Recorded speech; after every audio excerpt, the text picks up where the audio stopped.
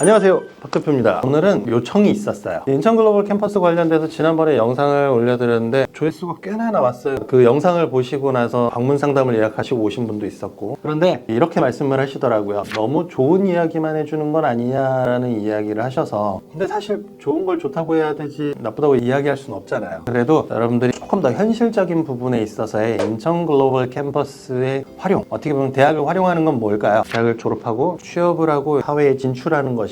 이 학교들이 가진 장점 그리고 한계성, 이런 부분들에 대해서 여러분들과 조금 허심탄회하게 이야기를 나눠볼까 합니다. 대표님, 3화 주제가 인천 글로벌 캠퍼스에서 드라마틱한 인생의 변화라는 주제잖아요. 독자들이 중요하게 생각하는 것들이 학생들이 졸업하면 내 커리어가 어떻게 될까를 가장 궁금해하는데, 그것도 궁금하고요. 학부모들은 이제 내 자녀에게 진짜 어떤 경력이 생길지를 이제 신중하게 따지니까 그거에 대해서도 말씀해 주셨으면 좋겠습니다. 제가 지금까지 봐왔던 학생들의 커리어는 상당히 좀 학생들마다 격차가 좀 크긴 커요. 격차가 크다라는 건 말을 잘 듣는 학생과 그렇지 않은 학생들의 격차입니다. 매 순간 제가 상담을 진행하라고 학생들이 이제 학교에 입학하고 나면 제가 항상 해주는 이야기가 하나 있어요. 첫 번째, 오늘이라도 집에 가서 너의 컴퓨터의 바탕화면에 이력서를 하나를 만들어서 올려놔라 라는 이야기를 합니다. 지금 왜 갑자기 이런 얘기가 나왔느냐라고 물어보시는데, 미국 같은 경우는 즉각적인 취업도 꽤나 많습니다. 사람을 만났는데 이 사람이 되게 마음에 든다, 나한테 레주메 한번 보내볼래? 라고 이야기를 하고 취업이 이루어지기도 하는 게 미국이란 사회이기도 합니다. 또 반대로 해고도 빠른 그런 나라가 미국이기도 합니다. 아침에 출근하다가 출입카드를 찍었는데 출입이 불가합니다 라고 되었으면 본인이 잘린 겁니다. 이게 미국이란 나라이기도 합니다. 그런데 이렇게 뭐랄까 취업과 혹은 해고가 유연하다는 표현이 해고에서 맞는지는 잘 모르겠지만, 어찌되었던 이런 상황이기 때문에 학생들은 매번 본인의 레주메를 항상 최신된 상태로 본인의 컴퓨터에 혹은 본인의 클라우드에 저장을 하고 다니고, 사람을 만나서 필요할 때마다 레주메를 보내는 형식으로 미국 아이들은 대부분 취업이라는 걸 합니다. 그리고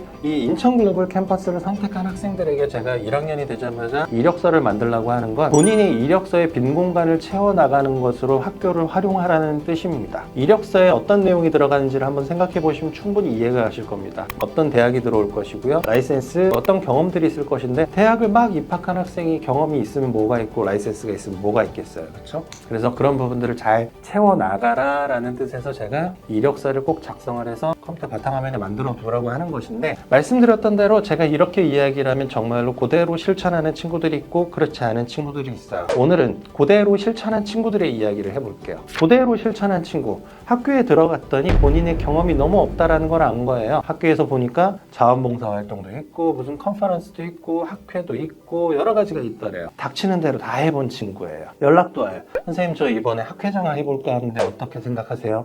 무조건 해봐 라고 이야기를 합니다. 대학에 다니면서 학생회장 혹은 학회장 정도는 한번 해볼 수 있는 거 아닐까요? 그리고 그 부분들이 나중에 여러분들이 취업할 때 어떻게 보면 리더십에 대한 경험으로도 이해될 수 있는 부분 아닐까요? 똑같습니다. 여러분들이 대학을 갈 때와 동일하게 성적표와 입시가 중요했던 것처럼 대학을 졸업하고 나서 취업을 하려고 할 때도 대학 안에서의 성적표와 그 외의 입시들이 여러분들의 취업을 결정을 짓게 됩니다. 근데 이 인천 글로벌 캠퍼스 같은 경우가 초창기에 대략 한 2017년도에 입학한 학생들 혹은 16년도 입학한 학생들 기준부터 했을 때 졸업하는 학생들에 대해서 이런 커리어 부분을 채워주려고 학교들이 무진장 노력을 했어요. 그러다 보니까 동계올림픽이니 아시안게임이니 이런 부분에 있어서 학생들이 대거 자원봉사자로 많이 참여를 했고, 뿐만 아니라 이런 대학들이 기존에 가지고 있는 한국 기업들과의 그런 릴레이션십을 활용을 해서 학생들이 다양한 활동을 할 수 있게끔 많이 가이드를 했던 건 사실입니다. 학교 측의 도움을 얻어서 졸업하고 나서는 대부분 이제 국내 소재한 외국계 기업으로 취업을 하는 경우가 상당히 많았어요. 근데 이쯤 되면 또 여러분들이 저한테 질문을 하세요. 얘들이 대한민국의 대기업 공채를 못 가서 그런 건 아닌가요? 라고 이야기를 하시는데, 그 부분은 좀 그래요. 그 질문 자체가 어떻게 보면 학생들을 헛뜯으려고 하는 듯한 느낌만 드는데, 이 학생들이 대학에서 4년 동안 공부를 하면서 교수님을 통해 어떤 이야기를 들었을까요? 삼성에 대한 이야기를 들었을까요? SK에 대한 이야기를 들었을까요? 사실 그렇지 않아요. 이 친구들 페이스북 이야기를 듣고 아마존 이야기를 듣고 넷플릭스 이야기를 듣고 졸업을 한 학생들이에요. 그러다 보니 이 친구들도 취업에 있어서의 그런 가치 기준들이 좀 많이 달라집니다. 실제로 제가 졸업한 학생들을 만나서 이야기를 해보면 이 친구들은 서로 만나서 이야기를 할 때 연봉에 대한 부분은 사실 크게 이야기하지 않는 편이에요. 연봉은 다 고만고만할 거라고 생각을 해요. 대신 이 친구들이 가장 많이 물어보는 건 그거예요. 휴가가 며칠이니? 라고 많이 물어봅니다. 회사에 따라서 초년차부터 휴가가 연중에 25일 혹은 28일, 어떤 회사는 45일까지 부여되는 그런 기업도 있더라고요. 이 친구들은 취업에 있어서도 그런 기준들이 조금 더 기존의 대한민국에서의 취업과는 좀 다른 방향으로 흘러가고 있다. 그렇게 이해를 해보셔도 좋을 것 같아요. 그리고 생각보다 국내에 상당히 많은 외국계 기업과 다국적 기업들이 있습니다. 이런 기업들이 사실 글로벌 캠퍼스랑 비슷해요. 한국의 지사 하나 형태로 나와 있다 보니까 사원 수가 그렇게 많지 않아요. 근데 그럼에도 불구하고 전체 회사의 시총 규모라든가 이런 부분을 보면 엄청나게 큰 회사들입니다. 근데 다만 한국에 나와 있다 보니까 좀 작은 그런 형태의 모습을 띠는 경우가 많은데, 그런 회사들에서 어쨌든 본인들의 영향을 인정받고 지금 회사에 취업해서 있는 친구들도 있습니다. 그러면 인천 글로벌 캠퍼스를 통해서 졸업한 사람 중에 대표님이 생각했을 제일 잘된 학생이나 기억에 남는 학생이 있다면? 우여곡절이 많았던 친구의 이야기를 하나 해드리면 좋을 것 같아요. 이 친구는 17년도 가을 학기 유타대학교 입학생입니다. 그때는 유타대학교가 토익을 받아주진 않을 때였어요. 이 친구가 공인영어 성적이 안 나와가지고 그 영어 성적을 만들기 위해 상당히 고생했던 친구고, 또 저랑도 여러 가지 이야기를 나눴던 친구예요. 근데 이 친구가 졸업 전에 미국의 유타주의 솔트레이크로 넘어갔죠. 넘어갔는데 코로나가 빵 터진 거예요. 어쩔 수 없이 한국으로 다시 돌아왔고, 학교에서 홍보대사도 하고 인턴십 활동도 하고 이러면서 시간을 좀 보내다가 거의 코로나 끝자락쯤 됐을 때 유타대학교로 졸업을 하고 나서 지금은 골드만삭스에서 일을 하고 있는 친구입니다. 이 친구도 똑같이 3학년 때쯤 됐을 때 저한테 질문을 했어요. 선생님, 저는 한국에서 취업하는 게 좋을까요? 미국에서 취업하는 것이 좋을까요? 미국에서 취업하려고 할 때 여러분들한테 가장 큰 걸림돌이 되는 게 무엇일까요? 비자 문제예요, 사실은. 물론 미국에서 학교를 졸업하자마자 학생들이 누려볼 수 있는 기회 중에 어쨌든 OPT가 있긴 하죠. 근데 이 OPT 이후에 취업을 해서 이 일을 계속 해 나가려면 H-1B라는 비자로 갱신을 해야 되는데, 이 비자를 받는 과정이 상당히 좀 경쟁이 치열한 편이에요. 다수의 학생들이 지원을 하고 이 중에 추첨 형식으로 비자의 기회를 가져가는 형식이기 때문에 학생들한테 좀 우려가 됐는데, 이 친구는 말 그대로 그 대략 한 20%의 확률을 뚫고 H-1B 비자가 학생한테 이제 허락이 되었어요. 얼마 전에 또 연락이 왔는데, 선생님 저 온 지 이제 5년 됐어요 라고 이야기하더라고요. 이 친구는 우여곡절 끝에 코로나라는 시간과 H-1B라는 그런 역경까지 견뎌가면서 지금 골드만삭스에서 최근에 시니어 매니저로 어쨌든 프로모션까지 됐어요. 연봉도 잘 받고 열심히 예쁜 강아지 키우면서 잘 살고 있는데, 제 방송 보는 친구 있으면 그 친구는 분명히 누구 이야기인지는 알 겁니다. 그리고 뭐 다른 친구라고 한다면은, 이 친구도 사실 제가 기억에 남는 이유는 그거예요. 14년도 3월 달에 조지 메이슨 대학교가 개교를 할 때만 해도 사람들이 무슨 저런 대학이 있느냐 이런 식으로 반응을 할 때였어요. 근데 이 친구가 그때 입학을 한 친구였는데, 이 친구는 지금 현재 딜로이트에서 일을 하고 있어요. 딜로이트라고 하면 모르시는 분들도 있긴 하겠지만 세계적인 회계법인입니다. 이런 기업들이 다국적 기업이라고 할 수 있죠. 딜로이트라든가 이런 기업들과 이제 공조하는 형태인데, 친구가 이제 딜로이트에서 리스크 매니지먼트 관련된 일을 하고 있어요. 이 친구도 처음에 들어올 때만 해도 사람들이 그랬죠. 거기가 뭐라고 네가 거기를 가니? 너 그냥 국내 대학 가지. 근데 이 친구도 거기서 정말로 이제 열심히 했고, 그걸 통해서 지금 본인 포지션에서 일을 열심히 하고 있어요. 본인 진로에 대해서 상당히 많은 고민을 했었고, 그런 고민들 중에 저라든가 다른 사람한테 뭔가 많은 지도를 얻었었고, 그걸 통해서 본인 나름대로 고집 있게 본인의 커리어를 끌고 간 친구들이 아닐까. 그래서 지금의 그런 결과를 얻지 않았을까, 그런 생각을 하긴 합니다. 지금 다 좋은 케이스를 말씀해 주셨는데, 반대로 해외 유학과 비교했을 때 현실적인 문제 이외에도 학업 환경에 가진 한계점들이 있을 것 같은데, 그런 것들 뭐가 있을지 소개해 주시면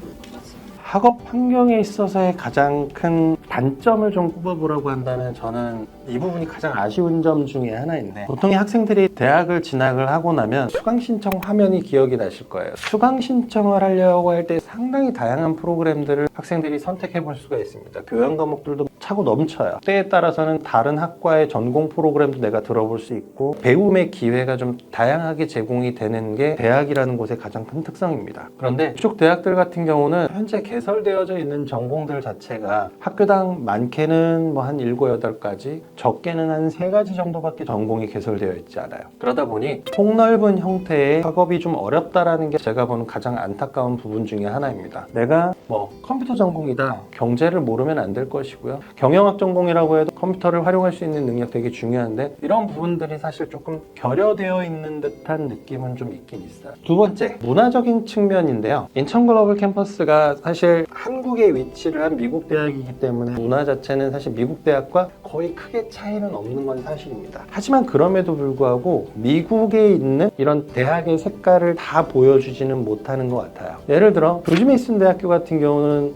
미국의 버지니아주의 페어팩스라는 도시에 위치를 하고 있는데 그 도시 자체가 가진 특성이 워싱턴 DC에서 상당히 가깝다라는 거는 여러분들 잘 알고 계실 거예요. 근데 이런 지정학적인 요소로 인해서 사실 학생이 학교 밖을 나갔을 때 느낄 수 있는 여러 가지 사람들의 생활 모습이라든가 이런 부분들이 좀 많이 차이가 날 수밖에 없거든요. 근데 이런 부분들이 학생들이 유학을 하면서 학교 공부 이외에 얻어갈 수 있는 다양한 경험들과 그런 소산이 될 것인데 그런 부분에 있어서는 좀 안타까운 부분이 없지 않아 있긴 합니다. 그리고 마지막으로 한 가지 더. 취업하는 부분에 있어서 어찌 보면은 국내에 있는 미국 대학이기 때문에 국내 기업에 대한 취업의 기회가 플러스로 제공이 된다라고도 볼 수 있긴 하지만 미국 내 기업에 대한 취업의 기회는 다소 좀 부족해진다라는 부분이에요. 그럼 이제 여러분들이 어떻게 생각을 하셔야 되냐면 아까 제가 골드만삭스에서 일을 하는 그 친구가 이야기했던 것처럼 여러분들도 한 3학년이 되면서 여러분들이 고민을 해보셔야 돼요. 나는 미국에서 취업할 것이냐 아니면 나는